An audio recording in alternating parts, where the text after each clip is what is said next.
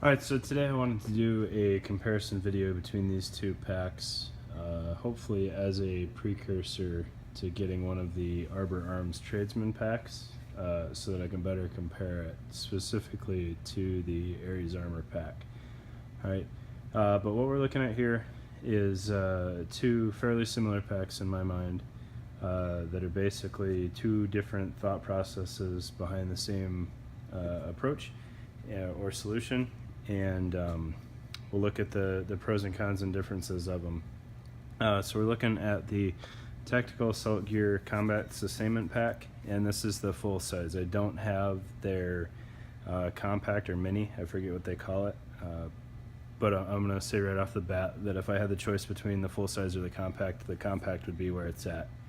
And then the Ares Armor Medical Sustainment Pack, I think they call it the XII, so I don't know if we're going for 12 or just Roman numerals with no, I don't know how you're supposed to say it.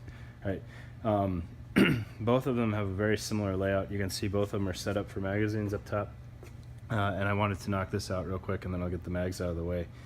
The Ares Armor will fit 3 7.62 mags next to each other. It's not ideal.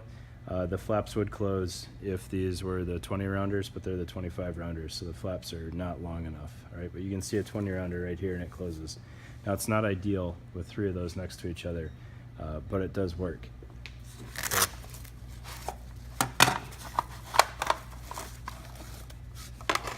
What it's actually set up for though is 6 M4 mags, 2 in each cell.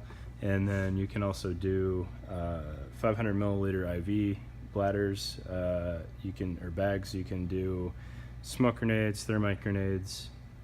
You could have small explosive setups in there, whatever you want. Whereas the tag is set up specifically for 3 M4 mags. Those are just single slots in there. Okay. The tag has bungee retention. This one obviously has flaps, and they are extendable, but there's not a whole lot there. You get about 2 inches of play, and then you can tuck them in if you want. There's Velcro on the inside and it'll keep the flap in there pretty cleanly. Okay. All right, so with that said, let's look at rough sizing here. So the Ares Armor pack is just a hair taller. Honestly, it's almost negligible, the difference in height. The biggest difference in size here is the side. The Ares Armor, when it's full, gets almost 4 inches deep, and then the tag is about 1.5 inches, 2 inches deep, depending on what you can get in there, and the curvature of the pack. Looking at the back of these things, the Ares Armor is only shoulder straps. All right, it cannot be attached to MOLLE.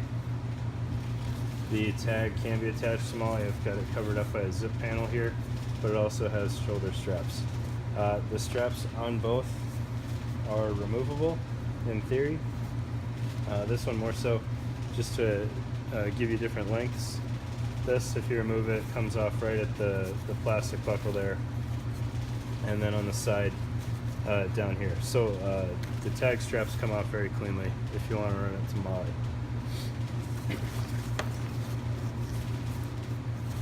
They both have some external pockets, but I'm going to go through those separately so as to avoid bouncing back and forth.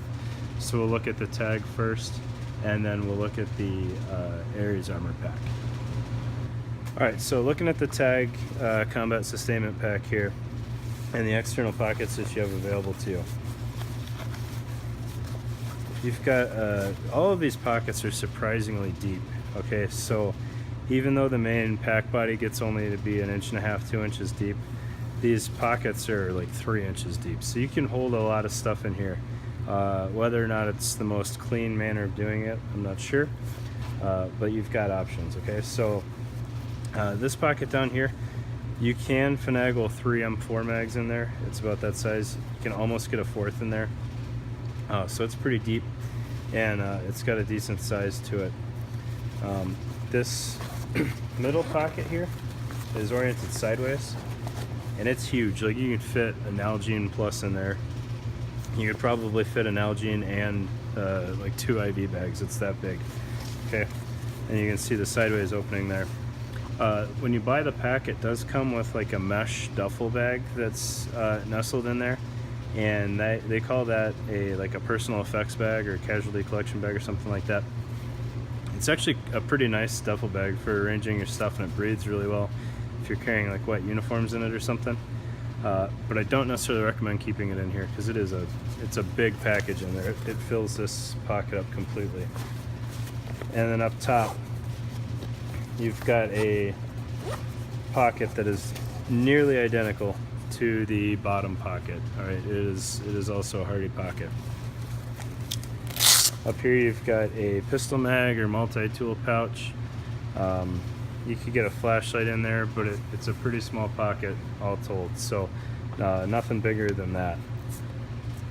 And then, like I was saying, you've got the 3-cell M4 mags up top here. All right. Opening up the pack, you have a hanger and routing for your hydration bladder. You've got adjustment for your M4 mags, so you could run 40-round P mags up there. There's plenty of play in that elastic. And then the rest is just open pack.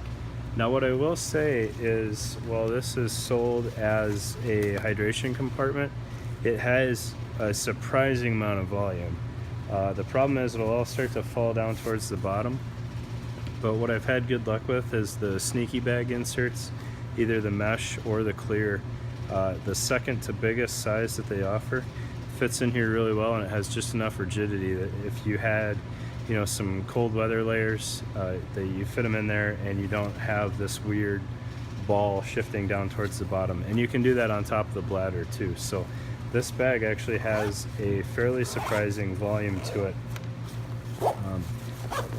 And for the size it takes up, it's kind of a neat deal. But like I was saying, the compact version would be my preference. I think you lose one pocket, but in all reality, for something that should be mounted to a plate carrier, as that's the best way to run this, I would prefer that shorter profile.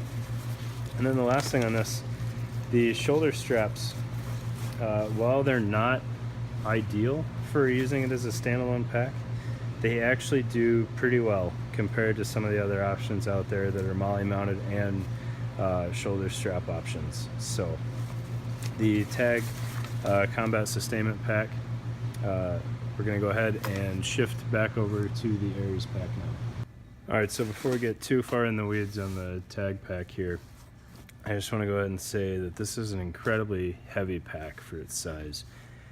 Every time I pick it up, I'm left wondering what I left in it from the last time that I used it, because it is mind-blowingly heavy, especially compared to the TAG, which is a very similar pack. But I think part of the reason behind that is there's a lot of organization in this, and obviously there's no free lunch, so the organization ends up costing you a lot of weight. All right, so lower pocket here, 5 columns, 4 rows. Go ahead and open that up. It's a full clamshell opening. You've got a Velcro MOLLE field in here, 4 rows, 4 columns, and you can see the MOLLE behind the Velcro there. The bottom of the pocket is lined with, or the front side of the pocket is lined with Velcro, and then there's a pocket here, good for your chest seals and other stuff that you want to keep flat, maybe a signal panel or something if you're not using it for medical purposes. But again, full clamshell pocket, so that's kind of nice.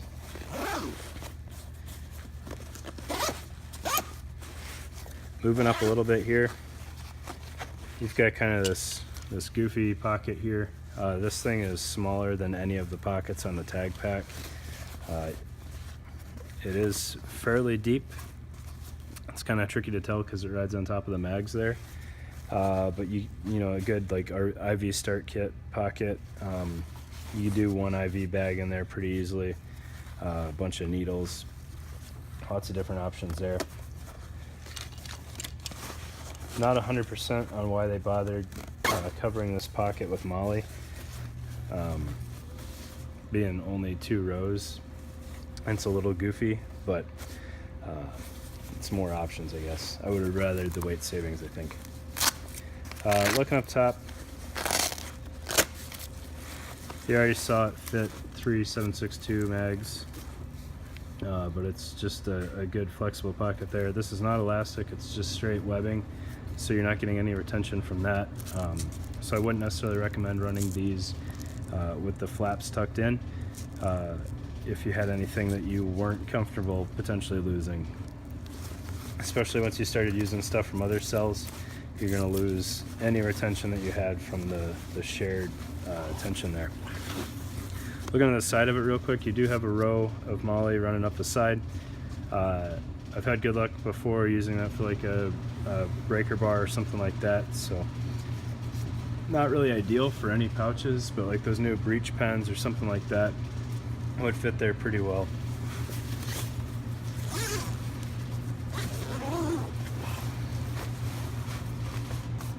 Opening this thing up, we'll look at these one half at a time here. So you've got your portion closest to your back. It has a bladder sleeve here and retention for it, and there are hose routing options up top. And then this does come with these insert bags. So they're pack cloths, so they're not the heaviest things, but they're plenty durable. They've got little Velcro tabs here so that you can put your labels on them, or you just write right on the Velcro. That would work too. And then there's not a full Velcro field underneath those, but it's definitely adequate for the Velcro that's attached to the pockets. And then lastly, you've got a little zippered compartment here that runs the length of the pack. Looking at the side that would typically face away from you, you've got another Velcro moly field and 2 more included pockets. And then you've got some organizers in here that you can lock onto your Velcro moly field. They lock on really securely, and they give you plenty of options for all of your smaller medical items, so definitely fit some decompression needles in there, or if you had to carry an EpiPen, that fits in there pretty well. But you only get one of those little organizers. Ripping these off here so that you can see the full size of the moly field.